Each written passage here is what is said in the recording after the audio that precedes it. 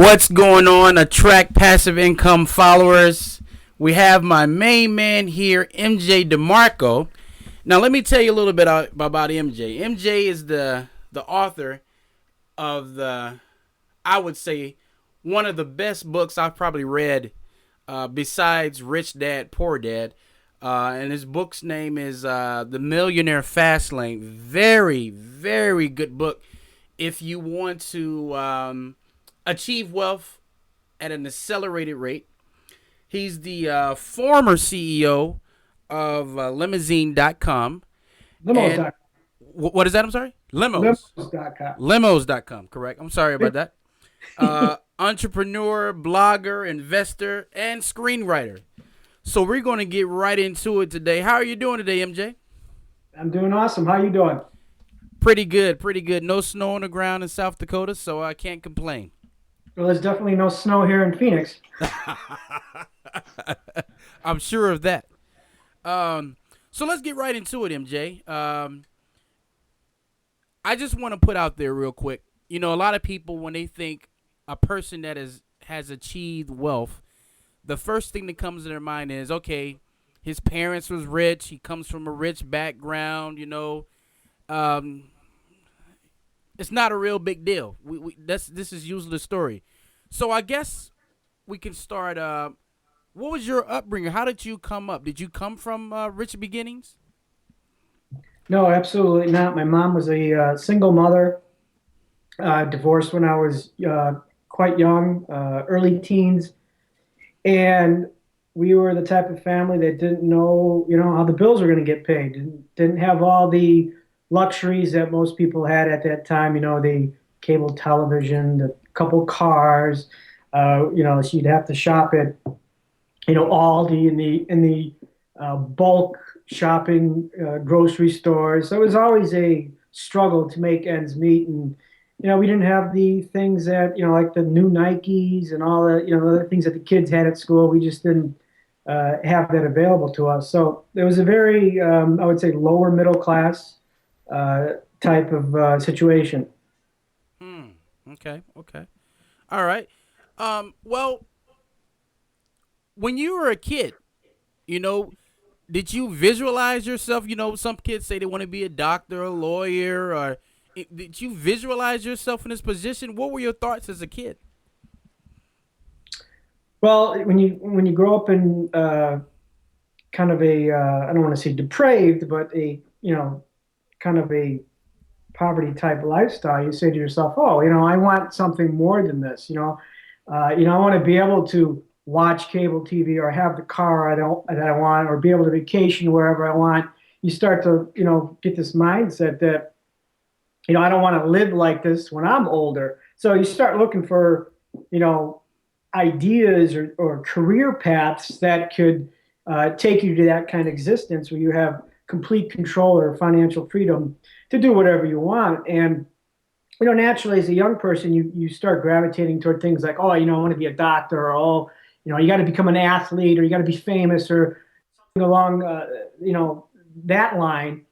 And for me, I was a pretty fat kid and was not very athletic. Wasn't the brightest bulb uh, in the lamp. So Hmm. that stuff wasn't available to me. But one day I saw a Lamborghini Countach outside an ice cream store, Hmm. and my first instinct there is, oh, here's an athlete, or here's somebody that's famous or something. Uh, and so I actually went up to the guy and said, hey, what do you do for a living? And I guess this is quite a common occurrence because this happens to me all the time now. So it's almost kind of a weird fulfilling prophecy that this happens to me now. But I went up to the guy and I said, hey, what do you do? And he said, I'm an inventor. Hmm. And that right there put me onto a different kind of mindset, or a different kind of realization that, wow, you know what, you can become wealthy and not have to be an actor or an athlete, or somebody famous. And the gentleman that was driving this car was pretty young, relatively speaking. I mean, I was only 12 or 13 at the time. He probably was 25 or 26. So Wow. that to me was immediately like, okay, here's another avenue to achieving financial freedom. Not that the Lamborghini represented financial freedom, but for most people, you see a car like that, you think, wealth or millions or whatnot. So that's what put me on the path to look at entrepreneurship as a path to financial freedom and to do it young. Yeah. That's funny. Your mindset when you saw the guy with the Lamborghini, how you just automatically just went, oh, maybe he's an actor. Oh, maybe he's an athlete. Because in our mind, we think the only people that have wealth like that are those type of people. Yeah, absolutely. Or rappers or some rich oil tycoon's son or something pretty common. And Okay. what we're finding actually with the dawn of the internet and the mobile internet is that these young people, it's becoming more and more common to be younger and to be able to have a lifestyle like that. Yeah, I definitely agree.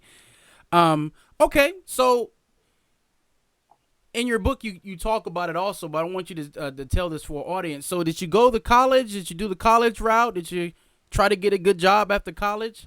Tell us about Yeah, that. yeah. I went to college, got a degree in finance, Wow, finance. which is the left-brained version of me. And after completing that degree, I was like, I don't want to do this for the rest of my life. This is miserable. I mean, usually a finance person gets a job in the insurance industry, selling insurance or mortgages or something. And I was like, this is not what I want to do. So I actually stayed, and then I got a marketing degree, which was more the right brain with creativity and whatnot. And then I graduated, and at the point of graduation, I said to myself, I am not going to interview for jobs. I'm going to go off and start on my own and start a business. I'm going to try to create something from nothing. And geez, for years, probably 4 or 5 years, I struggled from one venture to the next, Mm. and learned a lot along the way. And the part of this book that I wrote was something that I wish I had when I was 20. It was something I wish I had when I graduated college because it would have saved me a lot of heartache. And that's one of the most common reviews I get or feedback I get is that, hey, this is the book you need to read when you're just getting started out. This is the book you need to read if you're 20 years old. And that's why I wrote it, because I said to myself when I sat down, I said, you know what? If I was 20 years old, what would I have wanted to read back then? Mm. And that was it. I like the way you said you was looking to business, basically with nothing. You didn't like think, oh, I need to go out and borrow $100,000 from a bank or anything and start it. You definitely wanted to start it from the bottom and work your way to the top. Well, I had no choice. I mean, who the hell would give me money? I was broke. I was living at home with my mother. Mm-hmm. I had no track record of experience whatsoever. So, who's going to give someone like that money? And that's another reason I thought it was important to write the book because that's how most people have to start. Most people do not have experience. They don't have money. That's true. They have circumstances that are, not allowing them to have access to those types of things. So I was trying to tell people that just because you don't have money or you don't have access to venture capital and whatnot, that doesn't mean you can't start a business from scratch. But it's just going to be a little bit harder, and you have to be committed. Versus, and I think a lot of people just want to. They think, we get venture funding, we're gonna be in business, we're gonna have a multi-billion-dollar business, and things are gonna be great. And that's really what I call like a short circuit or a short circuiting of process where people are not willing to invest the time and effort. They just want to take a shortcut. And Mm-hmm. that really doesn't exist with any kind of business you're starting or financial freedom or anything worthwhile pursuing that doesn't exist. Mm. So, okay, you finished college. Now you're in Chicago at this time, right?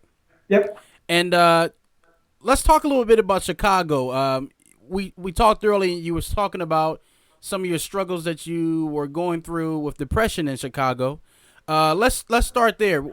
What made you come from Chicago to the Phoenix area? Oh, I didn't want to kill myself.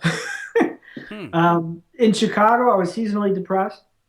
Uh, And at the time in Chicago, I got a job driving limousines because one of my business ideas, one of my business thoughts was to start a limousine company. So naturally, the first step in that process is to get a job at a limousine company, see how the operations work, and see a little insight into that particular industry. So I ended up doing that for a couple of years. But the Hmm. job literally killed me. Literally killed my business aspirations. And you add in the fact that I was seasonally depressed. And with Chicago, people that have lived there are familiar with it. Sometimes you don't see the sun for months on end. It's cold. And then the Yeah. summer would come and it'd be cloudy and it'd be 92 and humid. And, you know, 26 years of life, you start to notice patterns. And I noticed something very powerful. And that was when it was sunny out, man, I got a lot of stuff done. I was Mm. productive. I was achieving stuff. But when it was cloudy, blurry out, cold, I got nothing done. I Wow. sat around, I was lazy, I ate like crap, I got fat, you name it. So immediately, thinking to myself, you know, I need to get the hell out of here. Mm. If I'm going to do something with my life, I cannot live here another day. And that hit me one day while I was driving a limousine. I was actually stuck in a blizzard, and that's when the realization hit me that you know what, no one's keeping you here. Keeping you here. You don't have a That's true. wife or a family. You can get out of here. And I think that's important for some of the listeners that they may be in an area or in an environment that is preventing them from achieving whatever they want to achieve. And they absolutely need, for the sake of their dream, to get the hell out and start somewhere else where they're more congruent. As soon as I moved to Phoenix and I saw the sun 330 days a week, Hmm. everything changed. Everything changed. Really? Okay. Okay. Now, you were driving a limousine in Chicago. Now you come to Phoenix, and you're continually doing the same thing. You still limos in Phoenix, also, right? No, no, I came out here with just $900. I did start a small limousine directory out in Chicago. I wasn't making any money, Okay. but I took that with me to Chicago, or excuse me, to Phoenix. And my intention when I moved out here, yes, was to get a side job doing menial work or something. Hmm. But I was so productive and able to see things differently that I was able to start supporting myself at that point with that business, with that particular directory business I owned. And I was also developing and designing websites too on the side. Now, let's back up a little bit because I don't want to miss this part about the limo because I think it's very important. To me, the limo was your university because let's talk about while you were waiting on your clients to come back, you were doing something very important. Let's talk about that. What was going on? Uh, well, when you drive a limousine, there's a lot of downtime. You sit at the airport, you sit on the side of a street while your clients are in a pub getting wasted.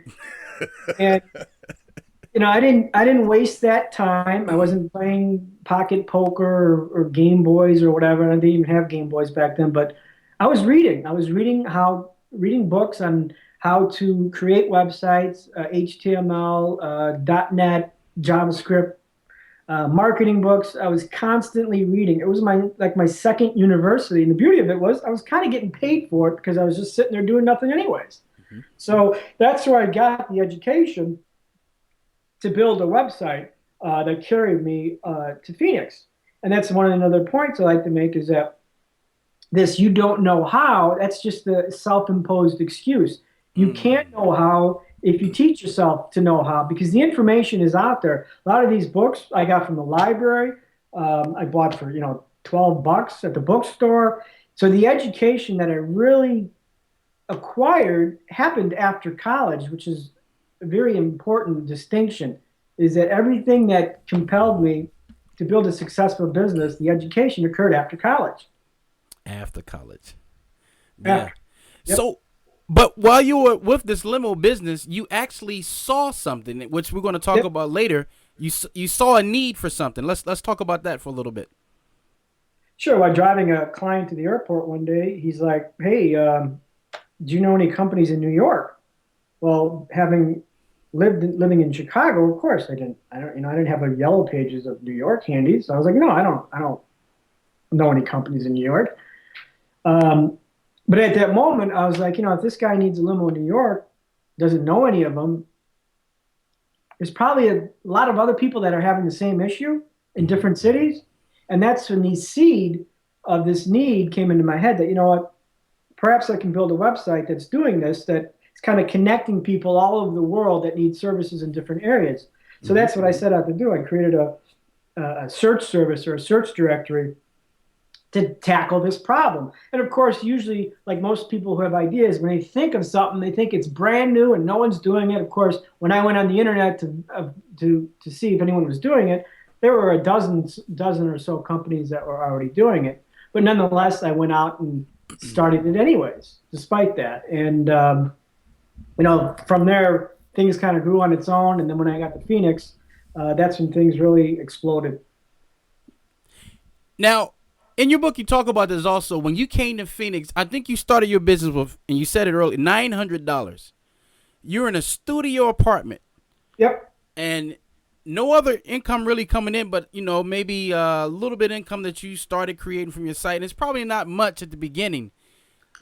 What was your thoughts during that time? Because at the beginning, I think that's the hardest part, because you don't see a lot of gains coming in per month. What was your mindset during that time? Well, I was paying the bills by developing websites, $400 here, $600 there, while I was building my business service.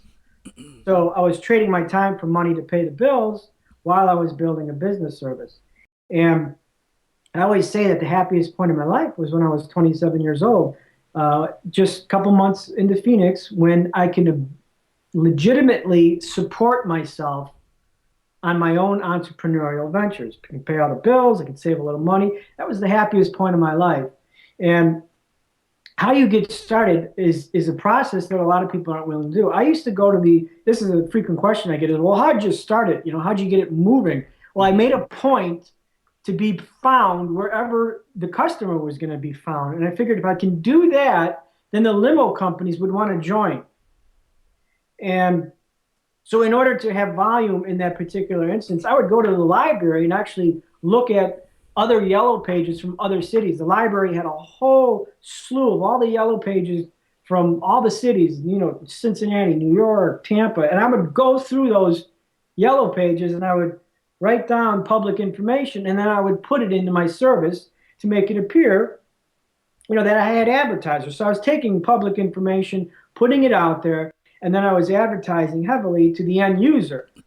So it all kind of came together where the end user would get the information they want, and then a limo company would come in and see that, there's other people here. This is a valuable resource. We need to be on here. So they end up starting joining as well. So that kind of carried from 1 month to the next, and then it became to the point where I didn't have to do that anymore. Coverage everywhere, and I was being found wherever people were looking. Because if you're showing up number one or number two on a search, or you're advertising where you're number one or number two, the advertiser is going to want to advertise with you as well as the user is going to use you. Now, that's an interesting way to start a business. A lot of people start a business. Let's say a guy who has a t-shirt company. He say, hey, I have an idea to put my own design on my t-shirts, and I want to start a company selling my own t-shirts. Well, with your situation, you fulfill the need, and you talk about this in your book. Basically, fulfilling the need versus passion. And I want to talk about that a little bit. What is your take on passion? Because you have a very interesting take on that.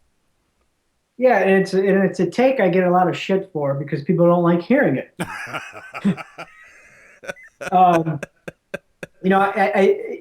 think the topic of entrepreneurship has been so beaten down by stupid guru platitudes and mantras that actually don't do nothing to guarantee that you can be successful. I'm talking about do what you love, follow your passion, think positively, all this stuff that is marketplace indifferent. Mm-hmm. They're based on selfish motives. And I got bad news for you. The market doesn't care about your passion for any particular idea or any particular product or any particular anything. It doesn't really care.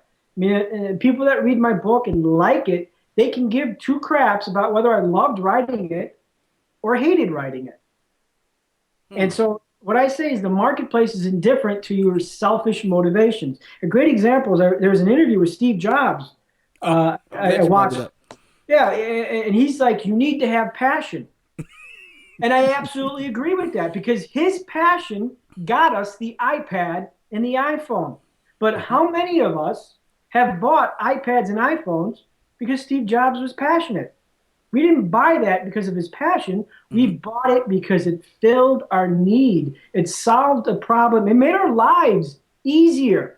So if you're attacking the market based on what it needs, what it wants, or it makes something easier for somebody, makes somebody laugh, makes somebody happy, you will skew the odds of success in your favor. Now, if you're passionate and doing that, then you have a huge advantage. But when you're following your passion first and foremost and you ignore the market, my bet is that you're going to fail because the market doesn't care. The market doesn't care about what you love. They just they're selfish. They want what they want. Okay. So let's just say, and I'm just speaking for everyone else here. There's a guy out there as an artist. That's what he's been drawing since he's been 6, 7 years old. He loves it. He's passionate about it. And then he creates portraits and he wants to go out and sell these things. Mm-hmm.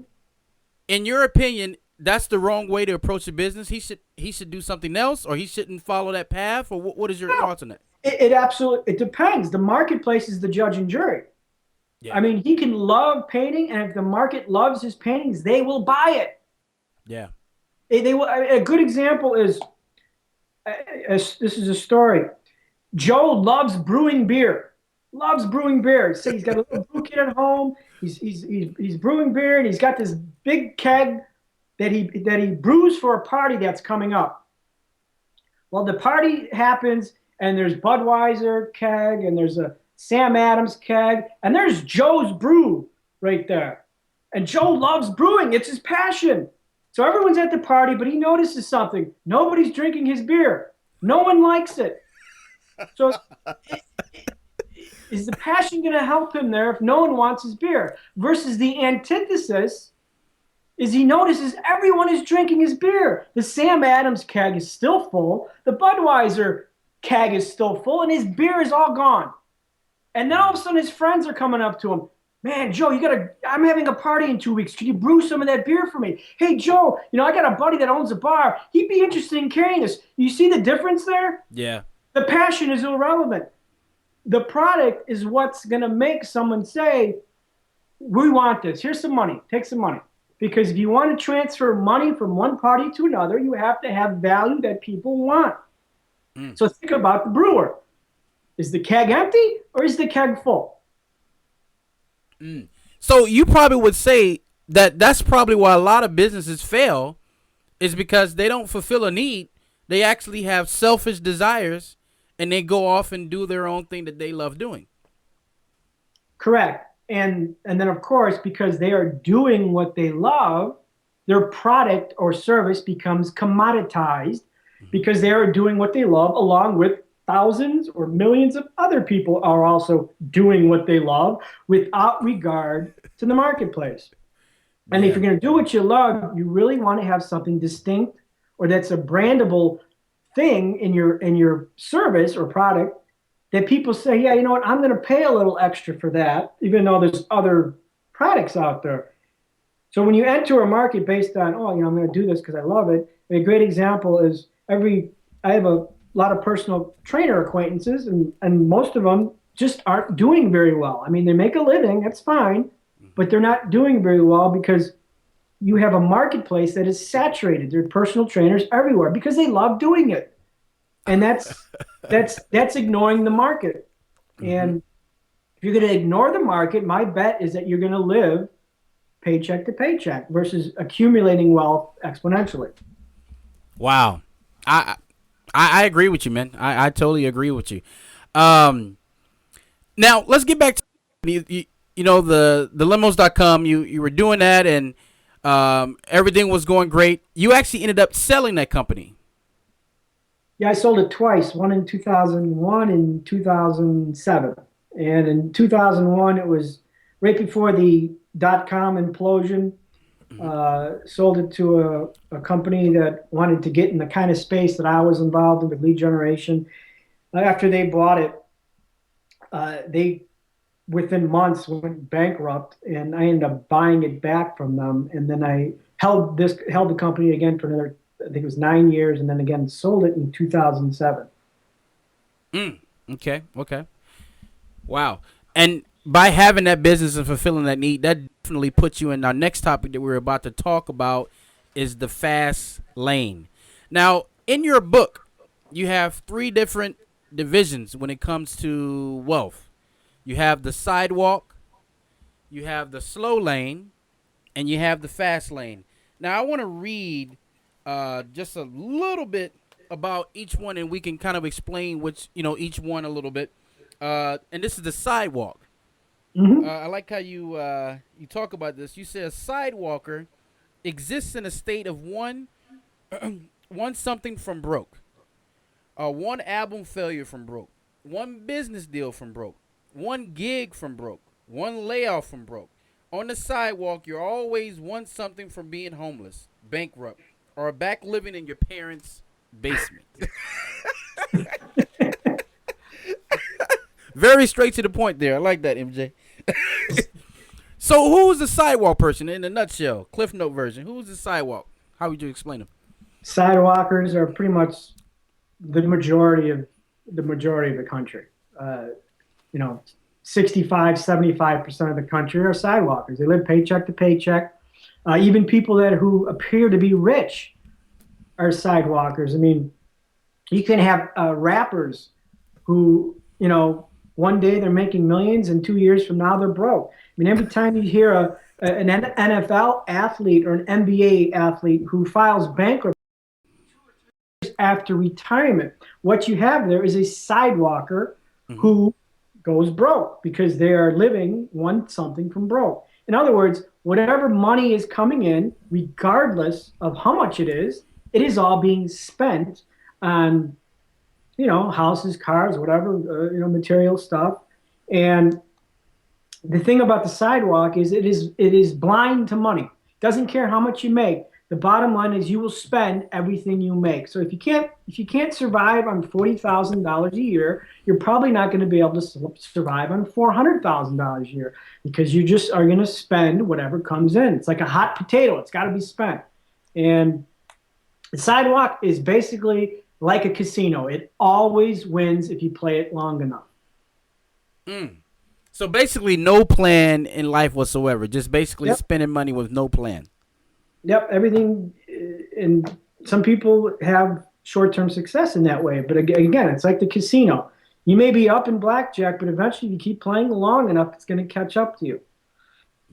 So like the lottery winner and Yep. There's another example. Every lottery winner usually ultimately ends up going broke. Again, yeah, that's the wow. And sad to say, there's a lot of people in that situation right now, and don't even know they're headed for a dead end. That's pretty bad. well, that's what happens when you don't have a plan or you don't have a roadmap. You end up in a place you don't want to be, and then when you're there, you're like, well, how the hell did I get here? Well, maybe it's because you didn't have a plan. Yeah. Okay. All right. Then you have the next section here, which we call the slow lane. All right, and I want to read a little bit about that. Um, Give me 1 second here. As a slow lane traveler, you're deluged with a series of doctrines that plead discipline to the trade-off. Get a job and waste 5 days a week toiling at the office. Bag a lunch. Stop drinking $10 coffee.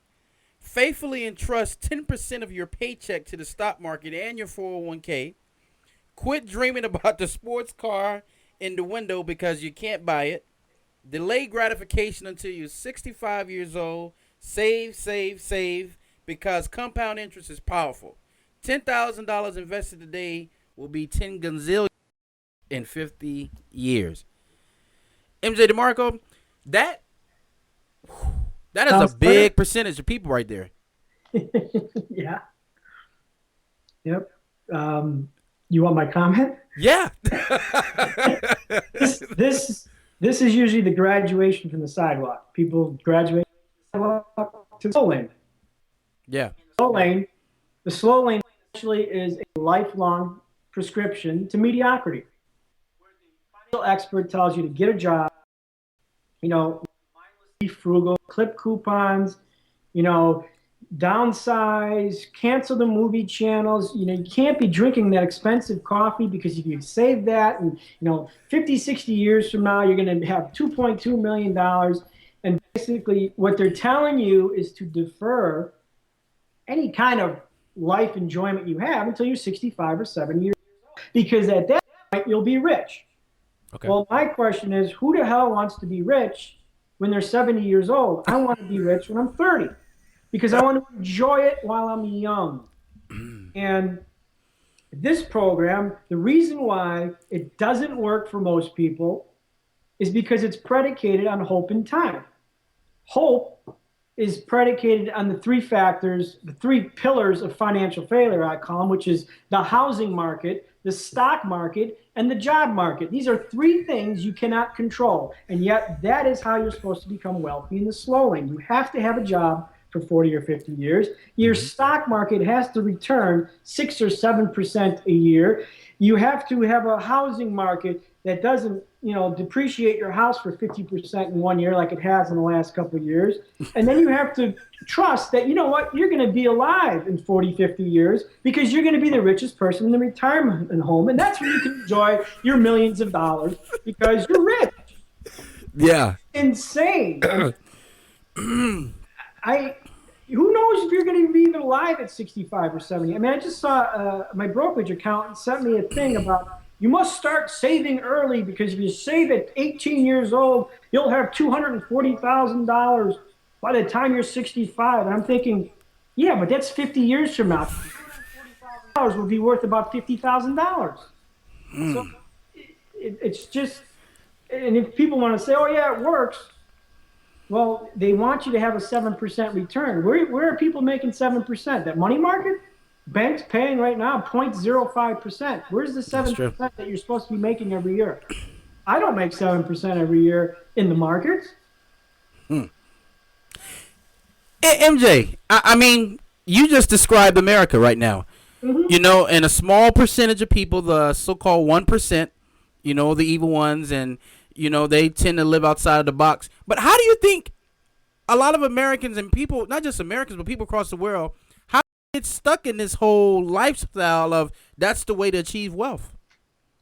Because we're told to. I mean, since you're old enough to understand basic finance, this is what you're told to do. I mean, that's what I was told to do. Go to college, get a good finance degree, then get a job at an insurance company, sell insurance for 50, 60 years, and then one day I'll have a nice, comfortable retirement. But don't worry, you cannot buy that Lamborghini. You'll never get it. Don't worry, you can't live in that nice house because you can't afford it. You can't afford having Starbucks every day. You can't afford having HBO on your cable channel. That's what we're taught. We're being mindlessly indoctrinated to mediocrity.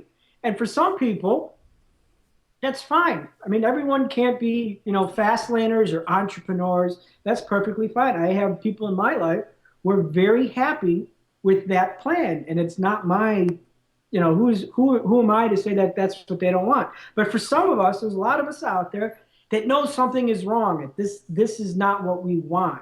And the fast lane is the alternative to these two other plans, the sidewalk and the slow lane. Now, I'm going to have to admit to you, MJ, when you mentioned financial advisors, there is one that I'm very, very, very, I'm into. I love this guy.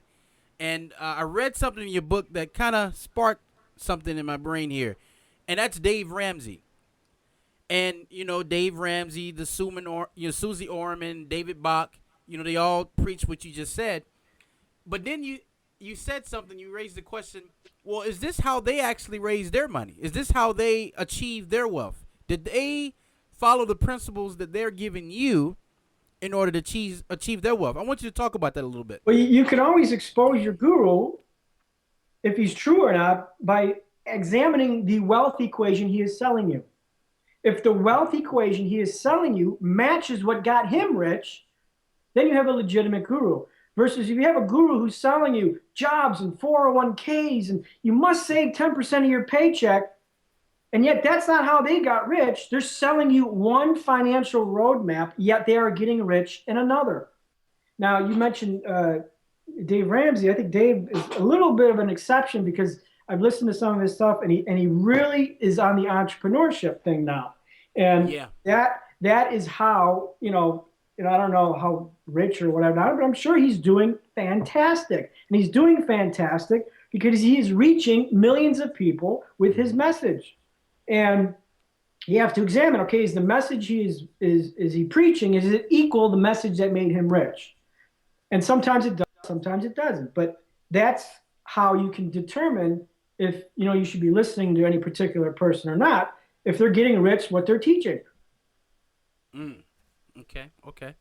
Well, I think you beat the slow laners up a little bit, so we're gonna lay off those guys, and we're gonna move on to the last lane, and that's the fast lane.